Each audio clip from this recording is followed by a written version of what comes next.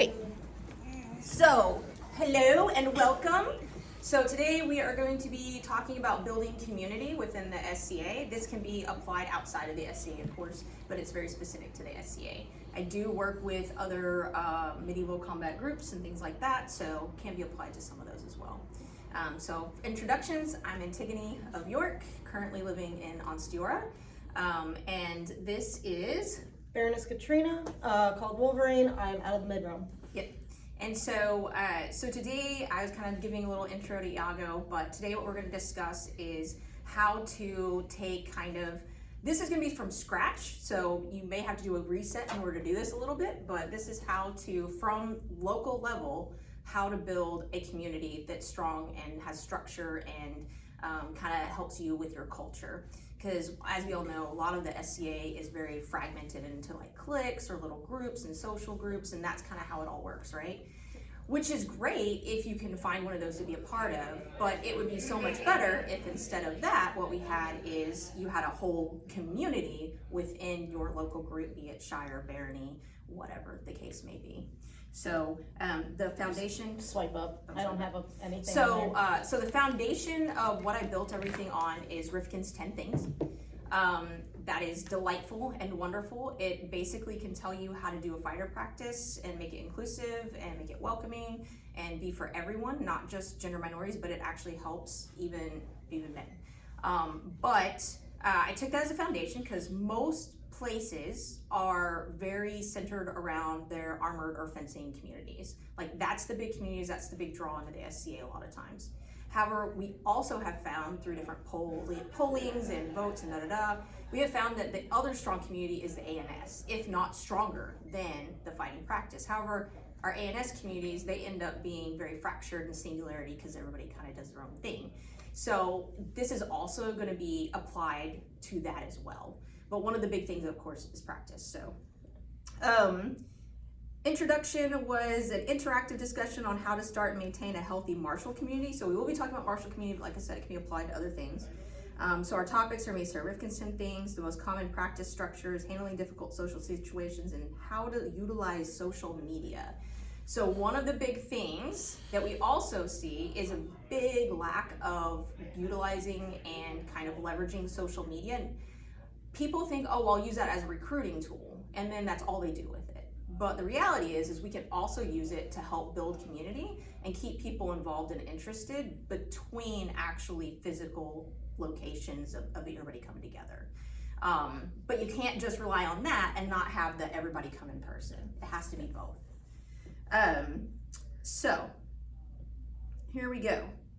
So the first thing you want to do to create a community is you have to list your goals. What kind of community and culture do I want? And be realistic about it. Like, what is healthy, what is good, what is positive? What do we want to build? And write all those things down. Once you have those goals, you can take a look at it and say, okay, well, now I know what I want to do. I need to find people to help me do this. If you just do it by yourself and you center it around only yourself and you're the only person doing it and you're the only person supporting it, it becomes a cult of personality. And when you leave, or if you get sick or you get burnt out, which you will, then it all falls apart. So what we don't want to do is spend years building something and you're the only person that can run it or do it. This is very familiar. Yeah, I'm sure it is.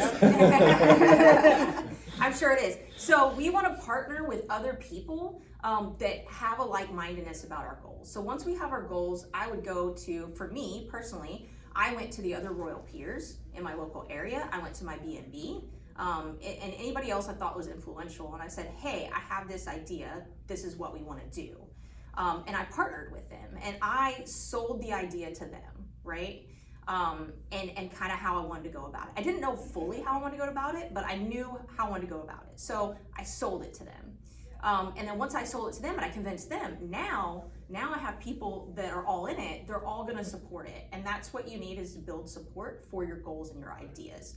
And you can't go to somebody and be like, hey, I'm gonna do this thing, da da da da. No, it has to be, I have an idea. I would like for you to help me. Would you help me? How many times have you been asked to help somebody in the SCA and said no? Not very many. Twice. There you go. So, and that's the thing, right? Like, most of the people in the SCA, they want to feel a part of something. They want to belong to something. They want to have like a piece of it, right? And so if I come to you and I say, will you partner with me and help me with this thing? You're going to want to do that a lot of times. If you have the bandwidth, of course, you're going to want to do that because you want to be a part of it. You want to be included. You want to be there. You want to be involved. You want to help, especially if you can align with what I'm doing, right? Now, let's say if you don't align with what I'm doing, like, yeah, I'm not really cool with that, or I don't think about that. Instead of me sitting here trying to press my view or whatever on you, right? And like, no, it has to be this way. I have to be flexible to those around me, right? So that means you say, like, if I say, hey, I want practice has to start at 6, and you're like, yeah, I don't think that's a good idea because of traffic, or I can't make it. Be like, oh, okay, well, what time works for you? Well, 6:30. Cool. How about we do 6:30? Are you cool with it being from 6:30 to 9:30? Let's make it like 30 minutes later. Yeah, that works. I may have to leave early, but cool. That's actually an example of something we did, like that we had a little bit of a thing with, right? But it was that simple. Just flex around everybody's needs. And the big thing is making sure that the people that are going to be really supportive and partnering with you can kind of help with this. So if somebody says, yeah, I can't do any of that, well, that's a problem. Yeah. So the next part is social activities are the foundation on which to build culture and community. Populist gatherings, fighter practice, archery practice, A&S meetings are the cornerstones of most groups. Are there any other that you have in your? I would say you said archery, Yep. A&S, fighter practice. Yep. Is there a fourth one? Populist gatherings. We pretty much do all of that. We have weekly fire practices. Our archery group will plan little outings. We've got some outdoor archery ranges. Once the winter hits is when it gets hard because it's finding an indoor space for them. We tend to, at our local practices, have space where populists can also hang out. So that kind of leads to some crossover. They get to all hang out with each other. We've got A&S get-togethers, either classes or just A&S nights. Yeah. So. And that's what we found is one of the models that we did at my local Barony Steps is we decided we're going to put everything all in one place, all at one time. And so what that did is they put it allows cross-pollination across the groups, and it kind of like breaks down some of that cliquishness that you see. It also allows for like, if I'm an armored combat fighter and my friend, partner, whatever isn't, they can still come and be a part of something and find something to do that they enjoy, and now we both get to go do it instead of like, oh, well, they don't want to go, I don't want to go because they don't want to go, and so forth. So yeah, so if you can find a physical space to hold your weekly whatever, then you can combine it and say, hey, we're gonna have armored, we're gonna have fencing, and then we're gonna have like A&S night, and then like we have A&S open A&S area, and then we have like choir, we have music, the instrumental music classes, and then once a month they do a structured class where we bring somebody in and they teach something, and so we all put it there together. The other nice thing is if you're a fighter and you get injured, you could still go to practice and be a part of practice, but you can go and do A&S or something else as well. So that's kind of helps with that fracturing, is bringing everything together. And then at the end of the night, what we end up doing is we'll bring everybody into the gym. We stop, like practice stops, we bring everybody to the gym and everybody gets together. We do the announcements for the week of here's what's going on. We thank anybody who showed up. We have visitors all the time. And so we thank them, cheer for them, blah, blah, blah, and new people. And then we all come together and we take a picture of the night. So I have a picture of me in my practice for 3 years solid running, like of every week that I was there, right? And the really cool thing is we put that out and later like, oh, look, I was a part of this big group. Here's my practice and I can be proud of it. I can show it off, stuff like that. And the pictures get big enough that you have to squint to see faces. That happens. Yeah, That yes, I've happens. seen those pictures. Yes, yes. So, and you know, and if you don't want to be a part of the picture, that's fine. We don't make you. We're just like, hey, if you want to be a part of the picture, you can. We've had people be like, well, I'm just visiting. No, come be a part of it. And that's the next part, is making sure that you go to every single person and invite them. Don't just assume they know they're invited or just announce, hey, everybody's invited. You go individually and personally invite them to things, not just an announcement. And that's like very, very different. Some people need that, but it also makes them feel like, oh, they want me there, right? Because there's a subset of people where if it's not a direct invite, they're like, well, I'm not invited. Yeah. But if you go, hey, You coming this weekend? Sure, I'm coming this weekend. So, Absolutely. And so, as you can tell, this is not necessarily about recruiting so much as it's about retention, because that's the problem we're having now. We don't have a problem recruiting at all in a lot of places. We really don't. People will show up if you do a couple of demos, if you do a good social media campaign, if you're actually out there networking and talking to people about the SCA, they'll show up. It's keeping people after the first 6 months, 3 to 6 months, the years, and stuff like that. So that's what we're really trying to kind of focus on, is building that for them.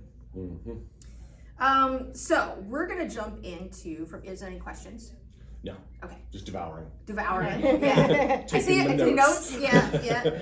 I'm thinking of, okay, make a couple of adaptations for our geographic area. Yeah. But yeah. Yeah. It all works. It just means Yeah.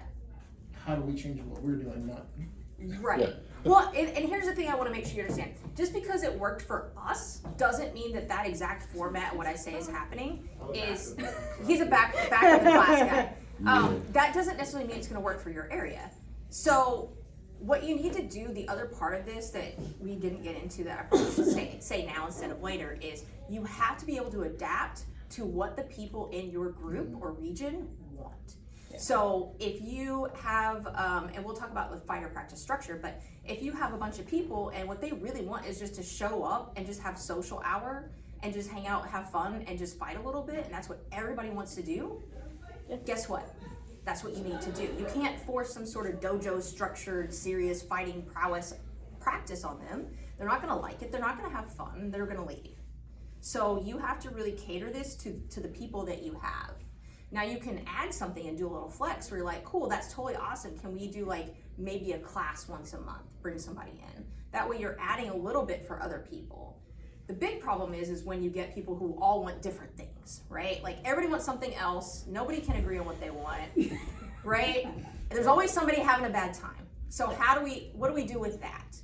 Well, we end up having to be kind of negotiating with them and trying to make it all those things. So beginning of practice, we'll have stretches and drills for like 30 minutes. You don't like stretches and drills, you just want to show up and socialize, come 30 minutes later, right? Just show up 30 minutes later.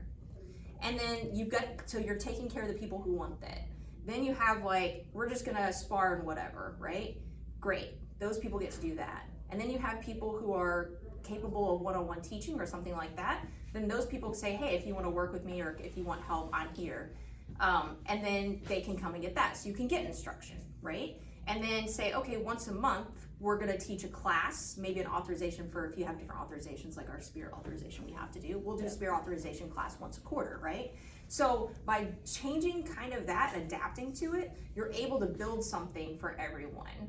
But if nobody wants they only want one thing, then you should focus heavily more on that one thing, right? the other thing to think about is treating things as an opt-in as opposed to opt-out. Right. Say you and me really want to do drills, but nobody else does. Cool, we're gonna go over here and we're gonna do drills. If people want to join us, you are welcome to join us, but we're not gonna stop everything to force the whole class to have drills. Correct. Yeah, I've seen how well that works. Yeah. It sucks. We have a couple of Great way to kill practices. practice. It's a great way to kill practice. It's a great way to push people away that aren't interested in that. And so that's the reason why I wanted to kind of talk about that, and especially have it on camera. Mhm. So all those people who are doing that, maybe you should think about it a little differently. Okay, so that's kind of talking about the basis of how, why, when, where, what to kind of start from. And then from there, since the biggest part of most of what we're here for is martial related, we're gonna focus on the 10 things. And you can, since I don't have a handout, I can send it to you in Facebook Messenger or text. Just let me know at the end of the class and I'll send you this whole thing. So 10 things you can do to make fighter practice a better learning environment for gender minorities and in turn improve the fighting culture. So while this says gender minorities, this works for everyone. Number 1, we're gonna make the practice a safe place and a comfortable place. Be welcoming, not just accepting. And what that means is, oh, I can accept anybody or whatever, but it's being welcoming. That means anybody shows up and I haven't seen them before, even if I think maybe I have, I will walk up to them and say, hey, I don't think we've met before. Maybe we haven't, I forgot. I'm Antigone, what's your name? I do that to every single person at our practice. Even though I'm not the hospitaler, even though I'm not the marshal or anything else, I do that, right? And then I started doing it, and people who are extroverted and feel comfortable doing that have also started doing that, right? And so by doing that, everybody feels like, oh, there's somebody talking to me, because we have a lot of shy people, or they're not sure, or whatever, right? Or they're visiting, or what have you. So making sure that you're welcoming is really, really, really important. And that also means we have to have bathrooms. We gotta have bathrooms and a place to change that is like kind of well lit and is that you can get dressed in. Because a lot of us don't want to get dressed in front of people, and we also have to sit down to pee and stuff like that. So kind of a problem. The doing fighter practice underneath an overpass at 9 o'clock at night, not Is a quite little, the thing. yeah. No. No. So I will say you can do those, but if that's all you're doing, it's going to be a problem. Yeah. You have to have something else. A well lit area. Not going to be. Like, honestly, if your practice area or whatever, or hangout area is dark, I'm not going. No. A lot of people can't see at night very well. And then on top of that, like, dark areas are just like, not for me. There's some extra mental math that you end up Correct. doing. For us. Yeah. at Yeah. least. It's also just hard to see a broken blade. Yes. Yeah, exactly. That's what I'm saying. The hard to see Blade or- thing. And that's why we had a practice that was okay, but I just couldn't see. And I was like, this isn't worth it for me. Close to parking. So having to ruck all my shit a half a mile to your place of where you're fighting, and I'm 120 pounds pulling 120 pounds of gear is problematic. So if you can put it close to parking, that's great. One of the things I also will say is if you're at a outdoor location, if you can put it somewhat near the playground, that really helps us with kids. So, because a lot of us, we have to bring our kids during weeknights and things like that, right? I don't have anybody to watch my son necessarily, so sometimes. So if the outdoor practice is close by a playground that I can see him, that makes it a little bit easier. We also have had where like we will take shifts like watching the playground. Okay, I'm not fighting right now, I'm taking a break. I'll watch the playground. Okay, I'm not fighting, I'll watch the playground. And helping out with that. And as you can see, if we have 5 parents who are all rotating watching the playground, that also lends itself to communication, building a community, feeling like, oh, okay, I'm going to support you. Mm-hmm. And not dealing with the added issue of childcare. Correct. When you're inviting somebody from out of area, it says gender minorities. I'm just going to go ahead and say instead of gender minorities, I'm just going to apply this to almost everybody unless it's clearly a thing. But give exact directions, real names, and phone numbers, and I will add a picture. So send a picture of yourself. Give them, here's my real name, here's my phone number, here's my SCA name, and then I'll tell them it's at this, like we have a church, I'm like, well, it's at a church, but there's no church thing, it's just a physical location. And then I'll say, this is the door, this is the parking lot. I'll send them like a Google over map, and then like, this is me, stuff like that. And give them as much information as possible. So this one seems a little bit out of place, but be aware that tears can be an adrenaline response, and don't make a huge deal out of crying unless someone is actually hurt. I don't have an adrenaline response like that, so I can't tell you I've ever experienced it, but I've definitely witnessed it. And how to deal with that is really simple. You just ask them what they need. Hey, are you okay? What do you need? And I've learned that one. And then you do that. I have a frustration response. If I hit that wall, it just drops off. It's just like, just let me, Yeah. and then I'll be good. Go away, you do that. Yeah. And they know, they're gonna know most of the time, unless they've never done any sports or anything like that, then they might be a little confused, but they're gonna know what they need. Sometimes that's, I need to fight through it, and then you fight through it. Some of that times that's, I need a break. Sometimes it's something else. Whatever it is, you do that thing. You do not know what's best for them, they do. The important, I think, thing to take from that, guy, is to not other gender minority fighters because they're having a response different to what you're used to. Yeah. So it's not othering them, it's going, okay, you're fine, let me know what you need, if you're good. Spending COVID fighting my partner Yeah. the entire time was a crash course. Yeah, I bet it was. Bet it was. I find that a lot of the crash courses also happen when knights take female squires, and they go, "Oh shit, I didn't know." Nothing about that. Yeah, right. On the rapier community, yes. Yes. Yeah. So that can be an eye opening for a lot of people of like, I didn't realize this was a thing. I never would have thought of that. And oh my gosh, right? And a lot of them are like, one of the things I get told a lot is I took a female squire. It's been like 6-ish months. I didn't realize how bad it was and how much you guys struggle, what you have to go through and how hard you have to work. And I'm just like, yeah, it's a thing. Next thing is create or support social activities for the fighting group. Individually invite people to participate and be genuinely friendly. So that means like if we're gonna go do After's ice cream, we invite everybody. Hey, you come in, you wanna come? And if somebody says no, or is like, I'm not sure, like, oh, it's cool if you wanna come next week. Don't pressure them, but make sure they know that they're welcome to come and be genuinely friendly. Like, don't be like, so like, do you wanna come to this thing we're going to think? Like, it's not. Or, imply that if you don't go, you're not part of the group. Right. Yeah. I've run into yeah. that. Yes. Exactly. Yeah. When we ran across a squire with pretty severe social anxiety, he's definitely neuroatypical. We dubbed it the vampire autism because he has to be specifically invited. Invited That's to the door. Invited on group invite that he sees it as friendly. Him in particular, he won't catch that it was aimed at that person. So something we found is doing exactly what you said. That particular invite is so useful because not everyone catches those social cues. Yeah, it's true. I mean, and we have a lot of neurospicy people. The SCA attracts neurospice. Yeah. Like a moth to a flame. Shocking, isn't it? I know. Don't ask, especially I think this is especially true of gender minorities. Don't ask them if they're quitting early, if they're getting out of armor before practice, or, why? Oh, I see you're quitting early, or are you okay, or what do you need? Or something like, it's likely they just have to pee and they don't want to announce it to everyone. Like, that's the biggest one. Or if they're not fighting at all, right? If they show up and like, oh, you're not fighting tonight, for me, I say, hey, are you gonna fight? Hey, how you feeling tonight? I don't ask them, why aren't you fighting? I say, hey, how are you feeling tonight? Oh, I'm not feeling so great. Oh, I'm so sorry. I'm really happy you made it out anyway. If there's anything you need, you just let me know.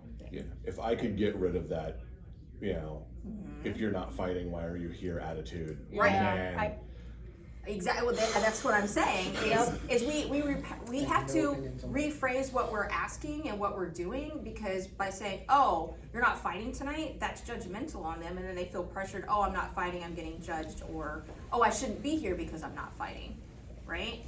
And that's what we don't want to do. So, if I'm not going to fight, I still want to be able to go to fighter practice and have a fun time and be a part of the community. So we need to allow them to do that. And yeah, exactly. We need to allow them to do that by not demanding why they aren't fighting. And not everyone is here with the same goals. Right. Like, there's a lot of people, especially in this room, that are, hey, I want to get good at the thing, and so that's their laser focus. There's a lot of people that this is their social hour. Yeah. They come to just get out of the house for an evening and socialize. And they'll do 2 or 3 fights, and that should also be okay. Yes. And we need to not forget that they're also important parts of the community. Yeah. Especially with the work from home shift we've done in the last 5 years. Yes. Yeah. There are times when practice is the day I leave the house that week. Yep. Mm-hmm. Yeah. And I will be honest with you, the whole like having to get, and I'll use that because it was written here, is having to get out of my leg harness in order to go potty is so frustrating. That's actually why this is set up the way it is for at Penzic. I can just drop it, go, switch kids. Yeah. So it's so much easier. It is. It's really, really frustrating. And so I ride the wave of how much do I drink to be hydrated and not pass out, but also not have to pee. Yep. What is that weight? What is that level? It's a balancing act. It is. But having to like sit there and take my leg harness off and all this stuff in front of everybody and then put it all back on, it's really frustrating. And while I'm taking it off, are you okay? Are you done for the night? I'm like, no, I just really have to pee. Yeah. Well, and having people who aren't fighting there can actually help with that, because I don't fight. Let me tell you, I can take any armor off anyone because I hang out with fighters. So if you're like, I have to be right now, I'm like, give me 10 seconds, you'll have the armor off. Yeah, for sure. And I typically have people that I know that are there at practice or wherever I'm at that'll help me get out of my armor and stuff like that pretty fast if I need to. I had one where I almost passed out and everybody's like came over, everybody got me out of my stuff. It was great. Number 9. Okay, this treat new people who wander by and are curious. This is more recruiting, but like assume they're interested in fighting regardless of their gender. So I'm gonna say more on this. Not just their gender, but size, shape, age, doesn't matter. I don't care who you are. If you come over and you're watching what we're doing, you could be a mom of 6 that's like a soccer mom. I will ask you, hey, this is cool, huh? Yeah, this is cool. Oh, that's awesome. Would you possibly be interested in trying it? And I will ask them that. Like, oh, I don't think I could. Yeah, you can. What do you mean? Absolutely. We have loaner armor that'll fit you. I mean, we have this person, and I'll try to think of somebody who is their size. We have this person that does it all the time. They live over in this place. You absolutely can. This is for everybody. Oh, okay. We've actually gotten a couple people that like you never in your life would have imagined that person would put on armor and actually try it, and then they liked it, and then they're still around. Mm-hmm. So if we don't assume, then we end up kind of having, more people come in, and you're going to get some really interesting individuals that way, but it brings everybody in, and that's kind of one of the things we want to make sure we're doing as well. It closed. So this is where we get into about how practice is. Structure practice in some way. So you can have no structure and that be a structure. It is possible. The anti-structure. The anti-structure is a structure. And that goes back to what we were talking about before, so I'm not going to really cover over that again. But essentially figure out what everybody wants and do that thing. Warm-ups or drills. So I strongly believe in doing stretching and social hour. So we show up 30 minutes before kind of fighting, and I spend the first 15, 20, 30 minutes socializing while I'm stretching. And what that does is that lets me like loosen up, move around, because I sit at a desk all day. But it also gives me 20 minutes of socializing with everybody, and everybody comes over that wants to socialize and hang out with me or in the group, and we all stretch together. So it becomes like a group activity, but also socializing. Doing that at the beginning really helps. That way, again, like I said earlier, if people want to just not do any of that or participate, they can show up a little bit later. Read Fear is the Mind Killer and implement some of its advice. I believe that's a book. Mm-hmm. Yeah. Fabulous book. I thought about bringing it with. Oh, did you? I didn't. So if you don't have a copy, get a copy, read through it. It's fantastic. Give gender minorities, and honestly, I feel like this applies to everyone, but give them some way of gauging progress. Create victory conditions. So that needs to kind of happen. I would say probably 6 months-ish, maybe a little bit sooner, depending upon how into it they are. But give them something that's a victory condition that they can succeed at practice. Be it you put your armor on and did 5 fights tonight instead of 4 that you normally do. Or sometimes it's just you showed up. Be willing to have that flex. Yeah. Last week might have been 5 fights, but tonight might just be showing up. Exactly.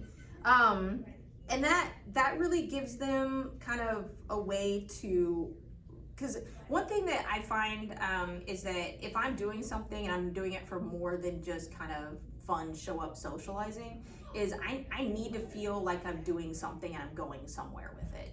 So having some sort of victory condition goal for the night that's very simple, that is accomplishable.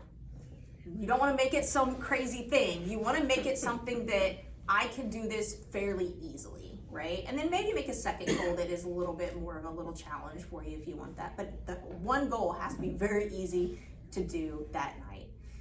If you don't make it, or if they don't make that goal, be like, oh, you know what? That's okay. We'll just try again next week. No big deal. It's all right. And just let them know that like it's okay. You're not a failure. It's just that's next week. Yep. I know you've heard this, but I'm bringing it up from class. Please. How does 3 things at practice? Yeah. We found were excellent Yes. conditions. So that is what I teach. That's how I teach now. That's how we've structured pretty much almost because I've been trying to do it. Yeah. And honestly, that works amazingly. That doesn't really go into this course, but yes, it is. But it is a victory conditions and how to build them. Yes. One other thing, and this is specifically for the people doing the teaching, a lot of us were raised with the 5% better teaching technique. Verbalize it before the end of practice. Don't just tell them, oh yeah, I fought you harder tonight, so that's why you don't feel like you did better. Right. Because it's not No. measurable at all. Oh, I And still it's failed so tonight, I still frustrating. couldn't hit you. Right. No, I fought you harder than last week, I still couldn't hit you. Yeah, and communicate when you're doing that, Yeah. and if they don't want that, don't do Don't that do to that them. thing. Right. Yeah. Yeah, briefly building on that, just in general, celebrate their successes In the moment. fights and what they're doing as they happen. Yes. Even if, like, something I try and make a point to do with our newer fighters when they're fighting me, they'll throw something and they will have executed it really great for the first time ever, and I still blocked it, and they're like, and you can see the disappointment. I'm like, no, you did it, everything right. Like, if I had not blocked it, I would be dead now, and I like celebrate that with them right there or whatever, and you can see it pick the mood back up. So, yeah. Going off of that, I just thought of something, the Middle Marches practice in Columbus. The thing they do at the end of practice is they go around the circle, and they go, what were you working on tonight? What were you working on? What were you working on? And then they go back around and go, what cool thing did you see tonight? And it could have been someone working with somebody. It could have been like, oh, this guy had this great block and he threw this shot and this happened. Or it could have been person's first day in armor. But they go around and they have this conversation. And that builds community, and it's both lists doing it. The rapier and the armor come together. That's cool. Actually, I really like that. Yeah, Let's keep try trying. that out. Yeah. That's pretty cool. One of the things going off what you said is like, so if you are a person who is teaching or the more higher end fighter, and you're working with somebody lower end or whatever, right, in skill. One of the things I've had happen to me a couple of times is people level up on me, and then they don't tell me they did that, and so I feel like, well, I'm still failing, I'm still not doing the thing right. I get frustrated and upset because I can't do the thing. And then, yes, you're right, coming back at the end, and I was just like upset, and I'm not gonna say who it is, but I was upset, and I was just like I'm really frustrated, I might need to take a break. Oh, why are you frustrated? Well, because I'm not doing the things that like you are having me do, and I feel like I'm failing, and I'm just in my head right now, I'm gonna need a break to like come back to this. And they're like, no, I changed it up, I'm showing you the next thing. Why didn't you tell me that? I've had that a few times of, here, let me show you this thing. Oh, well, it seems like you figured it out. And then they go move to the next step. I They don't don't know, tell you that. but I'm still practicing the thing that you just showed me to do. Right. And now it's not working anymore. So I had to give the feedback of like, could you tell me that in the moment? Because honestly, I got really upset because I thought I was failing. The thing we found to change up the whole 5%, 10% better mentality is don't progressively ramp it a practice. If you pick a skill boundary you're fighting a new fighter at, and they beat that boundary, just take your hits that night. Yeah. Let them have that moment of victory and success, and like, oh, cool, you got it, now I can go one notch up. No, let them sit in that moment and hit you a half dozen times, because you're like, if I'm gonna leave that gap open, give them that positive Yeah, feedback. let them have the reward for it. In this person's defense, it was a crash course and I had a very short amount of time, so we were pushing the boundary really hard, but at the same time, say something. So the one thing, going off teaching, we want to make sure that we're teaching everybody with the same level, the same effort, the same respect. Please. So that means let's not talk down to people, let's not assume, oh, well, you're small and female, I might hurt you, I need to talk to you or patronize to you or talk down to you or, oh, blah, blah, blah, blah. No, you teach me the same way that you teach everybody else. The only thing I will say with this is flexing to that person's specific learning needs. Yeah. So if my learning need is, I need you to explain everything verbally and then let me figure it out from there, then that's what you do. Mm-hmm. But we need to be teaching everyone with the same amount of effort and the same intent. So if you're, teaching me, I want you to teach me with the same sort of respect and effort that you're going to be teaching maybe your squire who's training for Crown, right? Yeah. I watched someone nearly quit because of that. Yeah. Oh, and I'm going to be honest with you, I have experienced so many times, not in the last year, but before that, I have experienced personally and witnessed, and it's not always women, but it's pretty heavily a lot of women get talked down to or treated very differently, and then I watch the same person go teach somebody else, and then it's a completely different experience. Yes. One thing that I found helps with the getting people not to talk down to you is when you start teaching someone, ask them what their background with fighting or exercise or martial arts is, because you don't know. So they might be like, yeah, I've never fought before, but I've done yoga for 17 years. I'm like, okay, you know all of this stuff I don't need to bring up, and Right. now I know Yeah. what your level is, so I know where to start this conversation. And don't assume. Yeah, don't Yes, don't assume. assume. So that's one of the things that I do. So first time, if somebody wants me to work with them or help them, and I don't know them at all, I ask them, okay, what sports have you played? How long have you been fighting? I ask so many questions. The first 5 minutes of me working with you is me just asking you a shitload of questions. Yay! What have 2 you done cuss before? words so far, I think. And so, and then I have gone and studied so many different sports and how they work and how they move and stuff like that, and watch them, and even not sports, like other physical hobbies, that I can, in my brain, I have a basic understanding of these are all the skills and these are all the things this person knows based off of just the generic of that, right? And then the more I meet people and work with them, the more I learn about that stuff, and then I incorporated that into my Rolodex of how to kind of translate it. And finding ways to tie it over helps Correct. a lot too, because then it's like, oh, you already know how to do this. Well, it's very similar to this motion. Oh, okay. It's like, all right, we're just Yeah. gonna tweak it this so it works. It also here. helps you figure out which ones they can't tie to. Yeah. Because they've got a learning of this for this thing they do, and they cannot tie it back into what you're trying to teach them, and stop trying Yeah. for now. Take gender minorities as students, and that doesn't mean squire. That means as a student, or advocate for them in different areas. I find that a lot of us have to go and we have to hunt down, and at some points I've even seen a couple people literally like almost beg. It was frustrating for them, and they didn't know what to do. I actually ended up in a frustrating situation as well, but we're not going to meet. What we're going to talk about instead is if you see somebody who is interested that you think you can help them, no matter who they are, unless they say no thank you. Right. And then much like with consent, no thank you means no thank you. We'll probably get into a little bit more later about stepping up as the male fighter in a situation. Is sometimes you may have to be a shield for them. Yeah. Because they'll get so much information. If you take them as the student, even if it's a soft student, they can go, so my teacher is so and so, go talk to him. That's Mhm. that's 100% what I've encouraged most women to do after the first year. Is hey, like they're like, I'm just getting overwhelmed. Everybody's like coming at me, and it's just too much. I'm like, okay, that's easy. Pick a person at practice that you feel comfortable with, that you talk to, and just go. Well, let's go ask them if you can be their student. Yeah.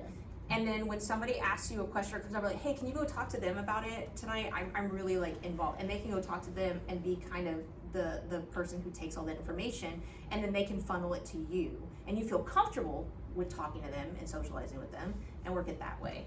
I've done that for a couple of people already. Helga did it for me for a while and really helped. So I really encourage that. The next thing is encouraging gender minorities to enter tournaments. We have done a really good job, at least in my kingdom, in that almost all of the female fighters that are there, they'll all fight in tournaments now.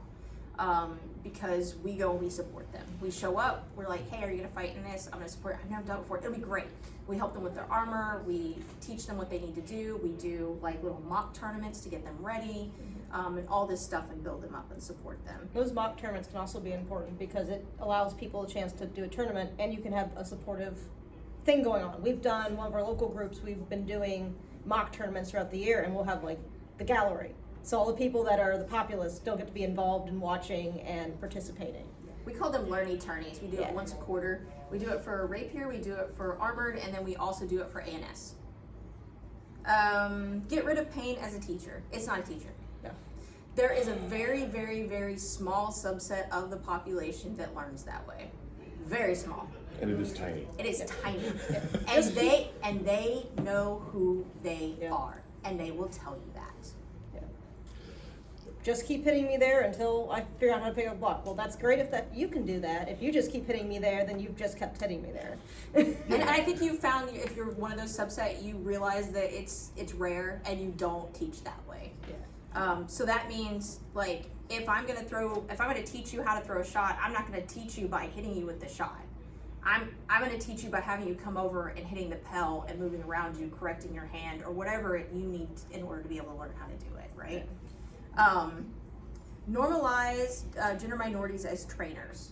So that means that once we have somebody who understands a basic fundamental concept, and I feel like, okay, they're good at this and they understand it, I will start incorporating teaching that, having them teach it to new people, one-on-one. Not in a classroom, but one-on-one. Oh, you know how to throw a flat snap, and you know how to block this shot, and you know how like the basic stances and statics. Great. You are now going to be teaching new people.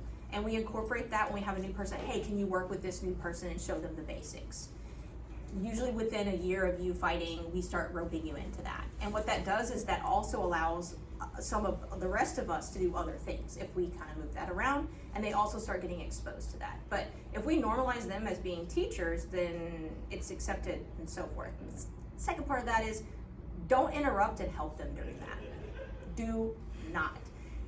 If you're getting frustrated because even if they're saying it completely wrong, just write a little note and maybe afterwards be like, hey, I love that you help with this, yada, yada, yada. Would you like some feedback on what you said or anything else? If they say no, no means no. And we shut up and we move on with our lives, no matter how frustrating and annoying it might be and how much you want to correct it. If they say yes, then be very careful about the criticism you give, because that's going to be criticism. It's gonna be criticism. Be very careful about how you do it. Do the sandwiching of the criticism, and make sure they understand that you are trying to help them and you have their best interests at heart, and you just want them to succeed and grow. That can also be running interference for that old knight who has to interrupt everyone's teaching. Dude, Or the the number of old squire times, the number of You times. probably know who I'm talking about. I do. Everyone in here has a night in their head right now. Everybody, this is recorded, and so everybody right now has thought in their brain, and they have a name and a visual of that person. They exist in every practice. You're not going to get away with them. You're not going to get them to stop doing it. You have to learn how to manage them, and kind of sometimes we call it also playing hot potato with them. Whose turn is it today? And fill in name. yes. Yeah. And we all know, and so sometimes we see it happen. We'll be like, "You're up," and it's your turn. I would say additional to them teaching is pulling, if you're teaching a class and you need someone to demonstrate, pull different diverse people. Correct. So people can see other people, not just your body type doing it, or not just you doing it, people they might identify with. So that's going to let me skip a whole slew of things in here. And then we're going to go to, don't assume all gender minorities are new to teaching and need your help. So the big word there is assuming. Stop assuming. The big thing here is we're going to say, hey, you're going to be you're teaching today. Are you comfortable with it? Do you need anything? And if they say no, fly free. Good luck. You've got this. And if you want to come in and attend their class, be like, hey, are you okay with me attending your class? Is that all right with you? Because that might make them nervous, like in your case, right? Like the story you gave me. That might make them nervous. And they'd be like, well, like if you're there, or if they start deferring to you, like that happened, be like, hey, you keep deferring to me. Hey, I've got to leave. Don't tell them why you're leaving. Don't make it feel like, hey, you know what, I've got to leave real quick, or just leave. And then let them do their thing. And then this is big, have gender minorities teach non-gender specific topics to not just gender minorities. Hey, and Teeny, what class are you teaching later today? So later today, I am teaching short fighter mechanics and shop mechanics and body mechanics with Helga. And that's not limited to women, is it? It is not. It's small, and honestly, it's not even small fighters anymore. We actually, I was able to repackage it to anybody. I did that for Coach's Corner at Penzic. And then I'm teaching Introduction to Motto. Yeah. And I've got a short food class that isn't labeled specifically to women, but we'll draw a lot of them. So if you have one female fighter, I'm just gonna female. If you have one female fighter at your practice and another woman shows up and wants to learn, do not automatically assume that female fighter should go and take care of that new female that has showed up. Now, it may be worthwhile to have them help them with their armor, because some women are very uncomfortable with dudes touching them. But don't just assume that, now they're your responsibility and you take care of them. No. And then don't have all these men that come in that are new or whatever, and then be like, oh, we only do that, you don't take care. No. And don't make them just sit there and fight each other. Yes, that is very. So we're moving into let gender minorities speak. Do not talk over them. Listen and hear what they are saying instead of listening to respond. Do not talk over them. Use gender neutral pronouns, fighters, combatants, they, them, as much as you can. I find that some places that's more necessary than others depending upon where you live and so forth. But it is a good rule to go by. I've worked really hard on that. I still slip up and make mistakes, and if you make a mistake, you say, I'm so sorry, I apologize, what would you like me to call you, and I will be better about it in the future. Please correct me if I get it wrong. And also correct them, or not correct them, correct other people when they're not there. Yeah. Listen and hear what your gender minority students are tell you. Ask what they want to work on instead of, this word again, assuming what their goals are. Don't assume. They want a less than when you are asking for a fight. So don't assume they want less that when they're asking for a fight. Ask them what kind of fight they're looking for. You know, are they learning? What are you doing? Ask questions. And then we respect that and we do that thing. Be willing to say, I've never thought about it that way. Have the courage to be wrong in public and then take actions to fix it. So if you do something wrong in public, we also apologize in public. Yep. Gender minorities need to empower and support one another and not buy into the frenemy culture. I'm gonna read this again. Gender minorities need to empower and support one another and not buy into the frenemy culture. I am not your competition at all. My competition is me and only me, or the person that I'm gonna be fighting next. That is it. We're only in competition for the fight. We're not in competition outside the fight. And that doesn't mean you're gonna always get along with each other. There's plenty of people, the women that I don't get along with, but that doesn't mean I can't support and respect them. I still support them, I still respect them. Even if they've upset me, even if they don't like me, I will still do that. Because that's what we need to all be doing. Make people aware of the anti-harassment and bullying policy. I'm gonna skip over that because that's like a whole nother thing that I don't wanna get into today. But have a variety of loaner gear available. Smaller sizes with padding, an armor is a full set, wider thigh protection, shorter chest plates for higher waist, shorter van braces, smaller helmet sizes, etc. If you don't have that, then do a fundraiser and go buy it. If your charity won't, or group, local group won't pay for that, do a fundraiser privately and go get it. You don't, if they say no, that doesn't mean you can't do it. It just means you have to figure it out yourself and you're just not gonna get their support.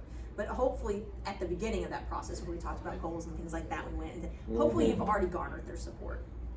Now the good thing is if you build a really good community and a good practice, you're gonna have a lot more people coming. And then that means you have a lot more people that can kind of chip in financially. Call bad behavior out without being the savior. I don't need you to save me. But what I do need you to do is correct people who are, you know, having issues or being disrespectful, and do it in the moment. Yeah. Not later, not privately, in the moment. And especially if you are a royal peer, you know, or a knight, or a baron of the group, or so forth, that's your job. That's literally your job you signed up to do. So do it.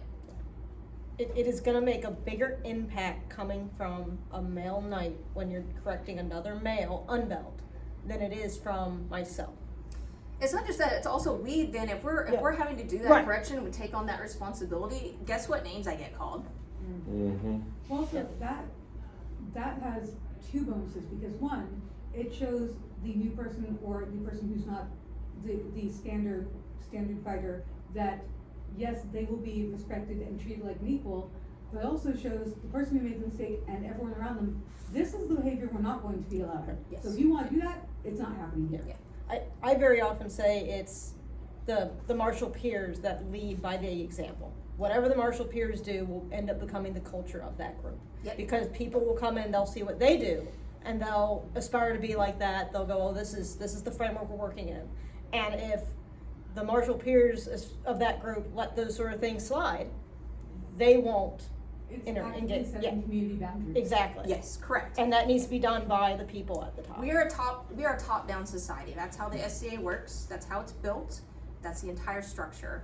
And so that's why at the very beginning I said go talk to your influential people, your royal peers, your knights, get them to buy into this, and get them to support you and help you, and let them know what their job is. Because a lot of them, they want something to do. They want a job. They want a purpose that, you know, that they have going on where they can feel helpful and like they're contributing. I've had so many different male knights and royal peers come to me and be like, I want to help, but I don't know how.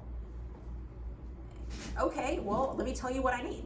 Let me tell you what we need, and then do the thing. Don't assume, well, I don't know that I can do it. Just go do it. It's fine. You can do this. I promise.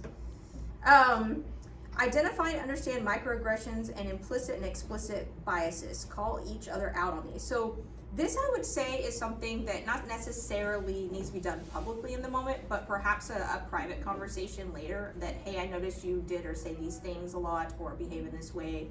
You know, have you considered and Helga's written an excellent paper that you can go read about the spotlight burning, and there's a lot of great things in there that'll help you. Yes?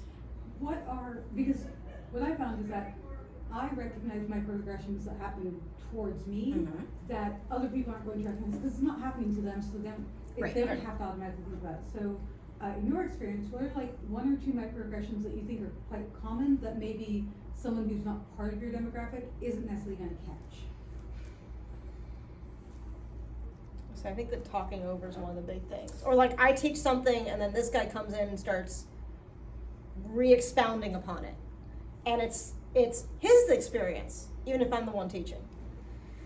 That's one. And I don't know if it would happen. They might still do it to another guy, but it means even more when they're talking over the smaller woman. I think some other ones. Yeah, so the biggest one I think that that I've been combating this last year that is so frustrating for me is when we do have a gender minority fighter, be it myself or anybody else, say, I am experiencing this and I don't like it, or this is what's happening and I feel like it's happening more to me. The comeback of, well, it happens to men too, you're not just special. Or, well, yeah, but it happens to all these other people too. Great, thanks for that. So you've just dismissed what I've said, my experience, and said that, you know, it's not a big deal. That is probably one of the biggest things I hear right now, that when we're having these discussions, because we've been trying to have discussions not as an accusatory or angry, we were having to have educational discussions and open and honest communication with everybody around us. And I found that has helped like bring people in, and we're getting way more headway with that, rather than the, I'm angry, everybody's treating me this way, let me vent. But the problem is that when we're sharing those experiences, we are getting that feedback. And that I say, you're right, absolutely, you probably experienced that as well. I experience it every time I put my armor on. Do you? Oh, well, no. Okay.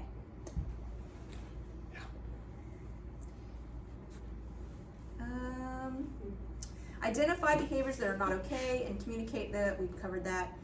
Do not sexualize gender minority fighters. When I'm taking my armor off, don't whistle at me or say nice ass. Happens. Oh yeah, all the time. Or like, you know, whatever. Like if you're like, oh, Antigone, you've been working out. Fuck yeah, show me them shoulders. Like that's totally fine, right? But I don't need to be seen as a sexual object when I'm attempting to fight or put on my armor to fight or anything like that, right? Like that's not something I really want. Now, I will say there are times when I am with my very close female friends and we'll do that to each other, but that's us. There's a difference between. There's a difference. Yeah. There's a relationship built there. Correct. But you also need to be aware of when you're doing that in public too, because then that becomes people think that's everybody okay. else is if we're okay. joking around in private or by the car or whatever, cool. Yeah. But if it then some of those jokes, that's another thing that we haven't talked about is some of the jokes that we'll make to each other are not good for everybody else to hear. We may have an inside joke that can be very demeaning or make fun of a stereotype, and we're okay with it because we're friends and that sort of thing. You say that in front of the wrong person, and they will think they're not welcome to. Yeah. I have a whole bit of that when I talk to new peers. Yeah. On that exact subject. Yeah. And so, and I do it sometimes, and I catch myself doing it. I'm like, shit, I need to not do that, right? So it's definitely something that is very easy to do, especially when you're very close to people or have that familiarity, and then but you're in public. So it can be really hard. Everybody's going to do it at some point. That specific thing of having those inside jokes. Just try to be mindful and do the best you can. Yep. Yeah. Also, don't try and date every new female fighter that joins your fighting practice. Okay. All right. I have a soapbox All 25 right. feet tall, but Yep. I'm just going to say that. Yeah. No. Okay. No, that's valid. So here's the deal, right? Like, the SCA is full of all sorts of people, and a lot of people come to this for looking for they don't have a whole lot, maybe they don't really have a social friends group, or they just moved and they're trying to make friends, and it's very, very easy, especially since we're very co-ed and we're all adults, to kind of, use it as a dating pool, right?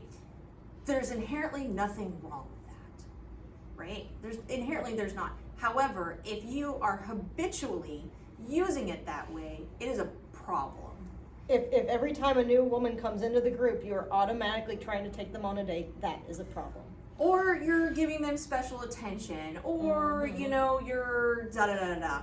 Like, Verity has a special group of people who make sure that you don't do that, assigned to you. yes. I've never seen that happen.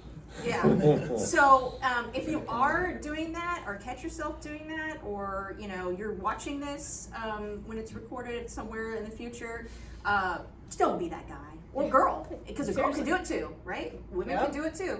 So don't be that. Don't do that. Go find your dating app. All right. Opinionated does not equal emotional. Whoa. Imagine. So we can have opinions, and I can have a very strong opinion and state it very directly with authority, but that doesn't mean I'm emotional or angry. It's just my opinion. Yes. Follow on. Emotional does not mean irrational or wrong. What? Emotional does not mean irrational or wrong. That is correct. Sometimes you're having emotions for really legitimate reasons. It doesn't magically turn off the logic center in your brain. Yeah. Despite popular ideas about that. So if you do see somebody who is having what you think is an emotional response, don't just assume that. It's very simple to just go and there's these things called words. What? Crazy You can use them to go like, hey, it seems like something's going on tonight or today or whatever. How are you okay? Is everything all right? Do you need anything? Just check in. Do a check-in, quick check-in. They're like, no, I'm fine. If they say no, I'm fine, what are they? Fine. Fine. There you go. Even if they're not fine, they're fine. Or maybe they're not fine and they do need somebody to talk to, and you're just like, but not right then. You're like, okay, no problem. If you want to talk about anything, I'm available whenever you want. You can message me. Or you're the wrong person. Or you're the wrong person. Exactly. Maybe you're not the person that they feel like they can let that out to. My partner has a night, and there are times where I need to back off and let them go do their thing. I'm the wrong person in the scenario. Yeah. And being the wrong person doesn't make you a bad person. You're just not the right tool for that job. Correct. You are not the person that someone has the established relationship that they can come to for these issues. So this is towards the tail end of this. I'm not going to cover some of these because I feel like they're not necessarily community building. It's more one-on-one stuff of how to help your partner, which isn't necessarily within this. But one of the two things I would say is speak up when non-gender minority fighters are potentially calibrating differently against gender minority fighters. Question the calibration first, rather than assuming the gender minority is not hitting hard enough. So because of my size, everyone assumes I just didn't hit the person hard enough, no matter what I do. To be fair, not just because of your size. I'm bigger and I still you're just not hitting them hard enough. Correct. And I'm bigger. For me, I found it's not because I'm a woman in armor more than often. It's because I'm so small that it's a problem, right? They're like, oh, this small person can't hit me hard enough to blah, blah, blah. And so there you are. But it's not just in what they're calling, it's also in how hard they are throwing. So if you're hitting, you're like, oh, and these people, I have plenty of people, many people who will hit me with like 2 and 3s, and they do it subconsciously because I'm small. They don't want to hurt me, and they're big. This is normally bigger men. They don't want to hurt me.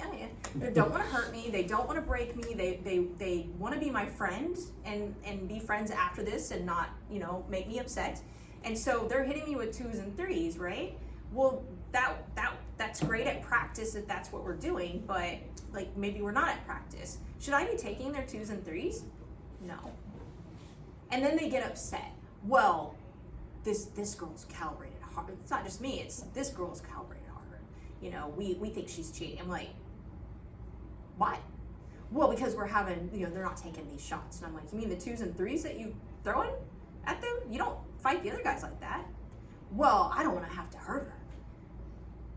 Oh. So, okay. Is she in armor? Yes. Okay. But you're hitting the guys that hard, right? Well, yeah. Then hit her.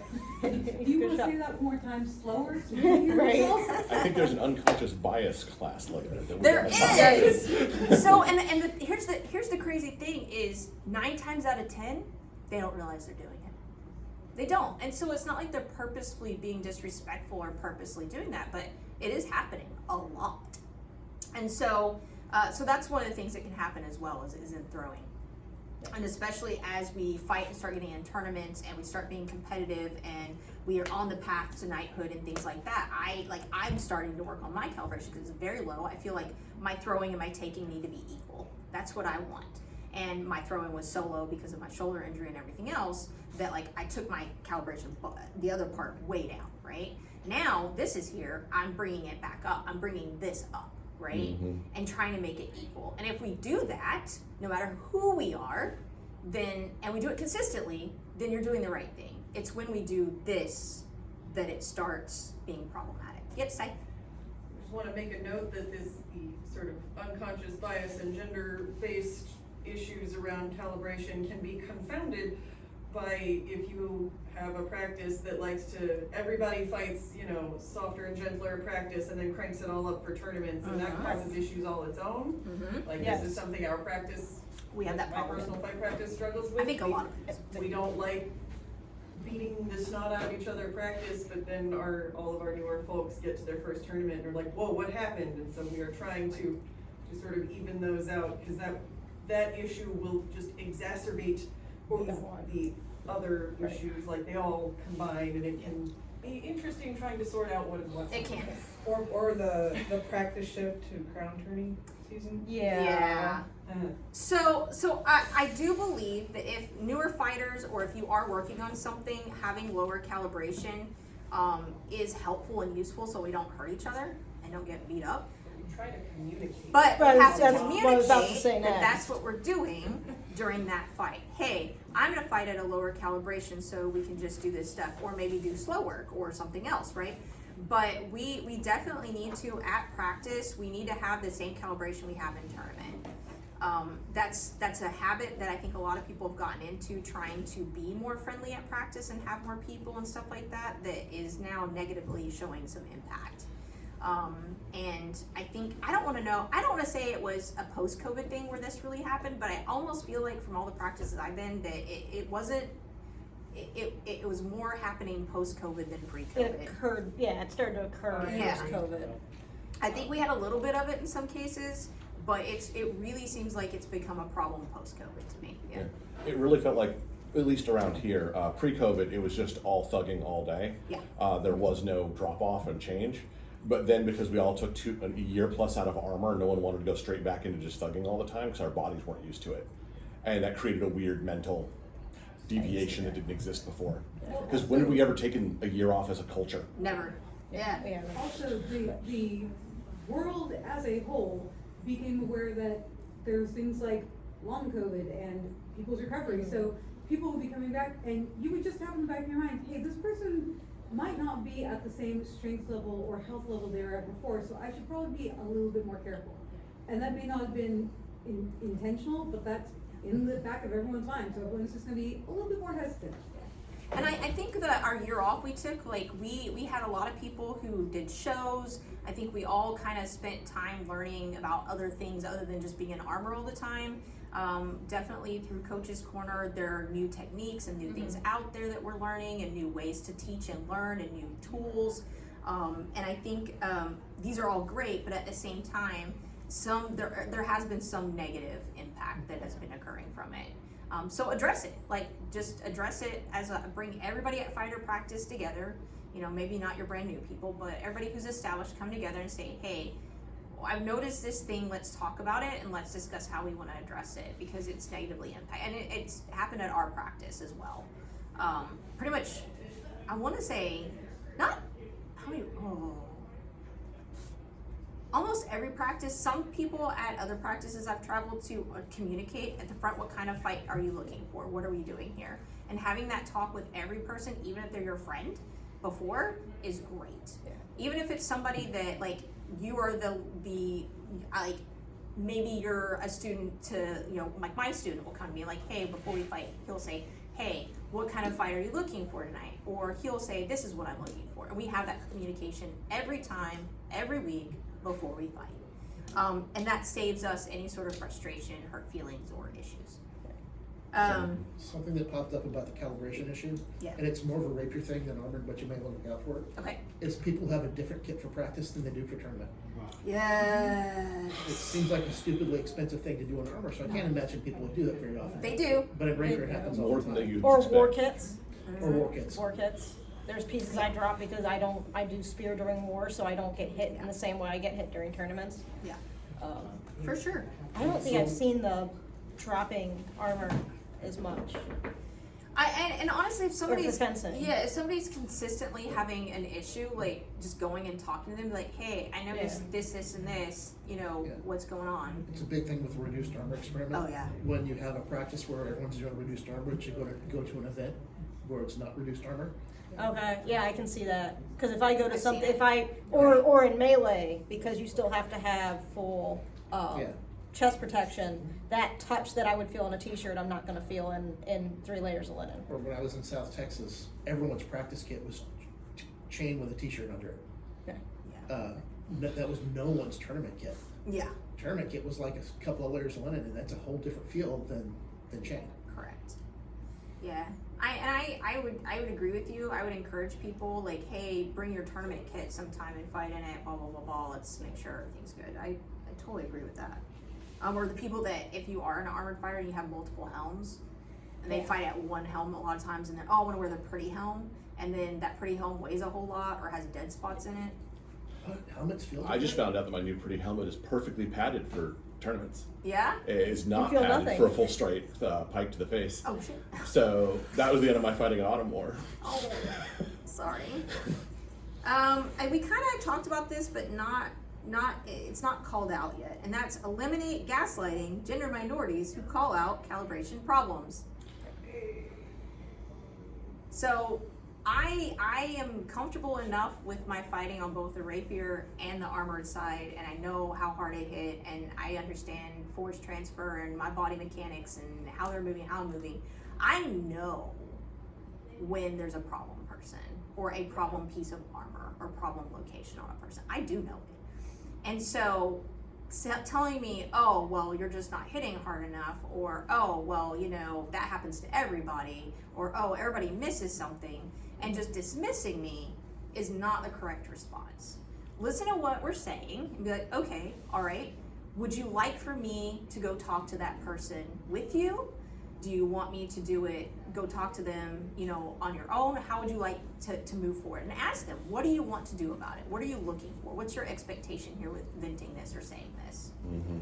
And then do that thing, whatever it is. If they're like, no, I just need to get it off my chest. Or, well, you know, I just don't want to, and sometimes like, well, I'm just not going to fight them anymore, which actually happened to me. There was an individual who no matter what I did, it didn't matter. They would just walk up to me and take nothing and just hit me as hard as they could, right? While taking nothing. And it was really unpleasant. It sucked. I didn't like fighting them. I was really frustrated by it. So I decided I wasn't gonna fight them anymore. I'm just not gonna fight you anymore unless I'm forced to in a tournament. this also goes back to having the peers be the leaders of the community. Because if there's a Mhm. problem, my saying something to them, they're just gonna shrug it off. Right. My saying something to one of the Marshall peers and them going like, oh, that's always the case, instead of them handling the problem, Right. just means it just gets dropped And and never fixed. And that is totally what happened to me. Is I went and said something to some knights and some royal peers that, hey, da da da. Yeah, but they do that too. You know what? They don't take all my shots either. So I'm like, cool. That's still a problem. That's It's bigger still a problem. So you agree they're a rhino? Great. Yes, fantastic. You're agreeing with me. So the bigger problem then, okay. good. Yes, and I don't think hitting them harder is the answer. right. And so I was like, cool. So they wouldn't help me with it or anything else, and I was just like, well, this isn't fun, and like I'm just not gonna fight this person. That was my answer. And then it took me about a year, and I realized I was like, okay, well, if I do fight this person, I just need to change how what I'm working on when I'm fighting them. So if I know I can't hit them hard enough, and they're just gonna swing for the fences on me, I can work on my defense and touching them, right? So how do I not get hit but still touch them? And then in my brain, every time I touch them, if I know it's a good hit, to me in my brain, I'm like, oh, I got that. Even if they don't acknowledge it, right? I still in my brain say, yes, I won. And every time I block their shot where they're whatever, yes, I won.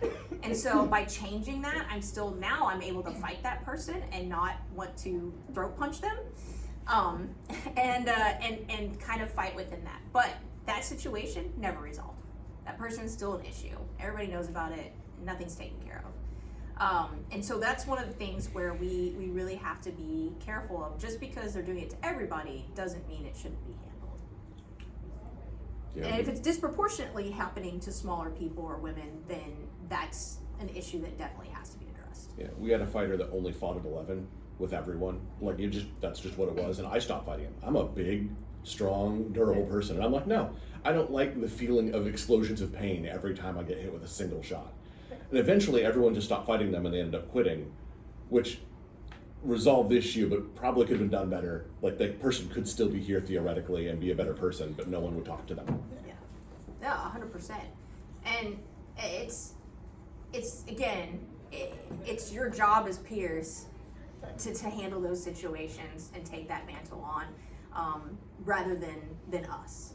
Because me handling it does not work out well for me. There's gonna be plenty of people like, well, if I call out their bad behavior, now they're gonna have their ruffled feathers and get a little like butt hurt, and now, oh, well, they're gonna have negativity towards me, right? Yeah. And if I'm on the path to knighthood, that doesn't bode well for me. Yeah. So why am I doing your job, Sir Knight? Yeah. Why is a strong man considered something good and a strong woman a bitch? Exactly, right? I mean, no, it's true. That's the truth. So that concludes the 10 things. There's a couple other things on here about supporting your spouse and partner. I'm not going to go over that because that doesn't really fit into community building. But yes, yeah. The other half of gaslighting that we need to eradicate from the SCA is, oh, that never happened to me. Yeah. Yes. Just because it doesn't happen to you happy doesn't mean it doesn't You happen. didn't have this issue. Yes, because you can break him in half. He's going to call your shot. Right. Exactly. Well, that doesn't happen. Have you tried getting stronger? Yes. Have you seen all my workout posts? I have. The assault bike is the devil. It is. The Echo Bike is a horrific machine that Satan created for us. I don't have one. We call it Satan's tricycle. I just have a rowing machine, and that's bad enough for me. It's worse. It's I like don't take know. a rowing machine has a on rowing crack. She has a rowing machine. I use it. So the last part of this that I really want to make sure we cover in our 15 minutes is utilizing social media. And so utilizing social media to build community. So we could start off by saying we could put out, like, you see the West Kingdom's been nailing it on TikTok. Oh, I don't know yeah. if you've been on TikTok and seeing those. Those Yeah. things are amazing. Outlands and West are Outlands, dunking Yes, on the people. Outlands have been doing great. The West, they have just been nailing it. Kudos to whoever is doing that stuff, by the way. Shout out to you. I don't know who you are, but damn. On Tears on GeoCities. Oh, are We're they? pretty rough. Yeah. So we have that, right? And that's really cool, and that shows stuff and things like that. Well, guess what? We can also use that locally. and build on that. So make it like our local practice. We have a social media, a girl who loves to put together little reels, and then she'll act like because we started doing them. Some of us who like TikTok or reels and stuff like that watch it like, oh, I noticed this trend. We can make it SCA trend by doing this. And we did like the one that I want to do is I got a new Bugatti or whatever, where they're like pull them and they're just like or whatever. Mm-hmm. And so I was like, I have this idea, I really want to do it. She's like, okay, and then we did it, right? But the fun thing is we pulled in half of fighter practice to make this video together, right? And so everybody got involved. What to do, they will usually do. Yeah. Yeah. And so you don't have to understand, just do this. probably once a month we'll do like videos, like 2 or 3 videos, and everybody just have fun helping out and being a part of it, the people that want to and stuff like that. So it helps bring everybody in and making it, and then we publish it and we get to see it and we love it, and then we get to share that with everybody else, right? Yep. And again, the people that don't want to don't have to. Exactly. Yeah, people forget, if you're in the SCA, you're already very comfortable doing something very weird in public. This is not a big stretch. You're like, do the weird thing, but also to this music. Cool, let's do it. Yeah. So and that's just creating like videos, right? And the other thing I was talking about is like taking practice pictures that at the end of the practice, and make sure you are not stopping everybody from fighting to take a picture and then everybody going back to fighting. Wait until we're towards the end where it's time to call it. And make sure, again. Depending on your practice. Huh? Depending on your practice. We learned if we wait till the end, half people are gone already. Oh, okay. We do ours in the middle before the fencers all peace out. Perfect. Again, flex to whatever your practice or group or Yep. region needs. The big thing is to try to include everybody. So yeah, if you have to do like a water break mid practice or something for everybody, do that. The other thing we want to make sure we're doing with social media is we want to be on a communication platform that allows open communication easily, that is moderatable. I don't know. Yeah. Anyway, but that also allows to, be able to share everything. So share memes, like make practice memes or make memes about people at practice. We use Discord a lot. There's also something called GroupMe that's really cool. Out there, there's Facebook, but the Facebook groups don't work well. You lose things, you can't see stuff. So I have been really advocating the past probably 2 years now to get away from Facebook, find a different technology that allows communication. Unless you are someone who is engaged enough in every group that you want to be part of, Yes. Facebook will not work. Correct. And none of us have that much time. There's even times where I don't see something until the next day. Yeah. And I am active on Facebook. I should be getting all of these things because they're my local groups, but I don't see it till the next day, so I never know about it because it just doesn't come up anymore. And I'm right on our page and I don't see that. yeah, so we have a smaller, what we've done is I've seen smaller groups who have a lot smaller community, they use Facebook Messenger and they make a group chat. Yeah. That's great. You can pen things now, you can save media and files, share stuff that way. I've also seen, we use Discord, GroupMe is another one, there's a couple other softwares out there. Figure out what everybody will use and use that platform. And specifically for that, especially because the SCA does tend to sway slightly older for demographic, be aware that you might be real comfortable with certain types of social media, like Nikolai is great with Discord, and there are people who either don't use it, haven't used it, aren't comfortable with it, it just doesn't rock them. I hate it. Find easy follow tutorials like on YouTube and pin them, have them available, because like it took me 3 years to get into Discord. I'm not told to use it, I just hated it because I didn't like the setup. And then I took some videos and I was like, oh, I can mute things. Oh, that can make this better. So Bryn out of Ontier made an amazing Discord. I asked her, hey, it'd be awesome if we had a tutorial that I could give some of our members. She made an amazing tutorial, so in depth, and it was videoed, and it was her sharing the screen. It was fantastic. So having something like that is really good. But if you're like, ooh, I want to use this software and nobody else in your entire group wants to use that software or will, that ain't the software for you. You'll be the only one there. Yeah. Now I will say, if you do choose Facebook, in fact, vast majority of the younger crowd, say mid-30s down, They are not using Not it, on they it. will not use it, they dislike it, they won't have anything to do with it. So if you only use that, you're gonna lend yourself to not having a younger crowd. We have both now, because we were on Facebook for a long, long time, and we have a lot of our older members who even after getting Discord and sort of, they joined the baronial Discord, but they're like, I don't like this, and they don't go use it regularly, they are stuck in Facebook land.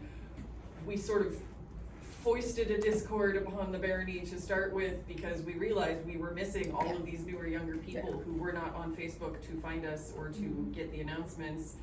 And so we are kind of carrying both right now, and the Same. Discord community is thriving. It Yeah. is where most of the action is happening, but we can't abandon the Facebook yet, or No. we have a lot of our older members that would just We don't wanna do what happened Not when we be went to connecting Facebook from the with the Yahoo groups, where we just left people behind. Right. kind Oh. of awkwardly holding both and trying to slowly Right. Yeah. So turn one of everyone the- to Discord. One of the things a couple groups in my barony have gone back to is actually the email chain, because we have, I forget what, I think they're using Google to do it, but they have found out that if you post, hey, we had to cancel practice because the lights aren't coming up the park, something happened at the site, they aren't going to see it. And there are people that aren't on Facebook that won't see it to begin with.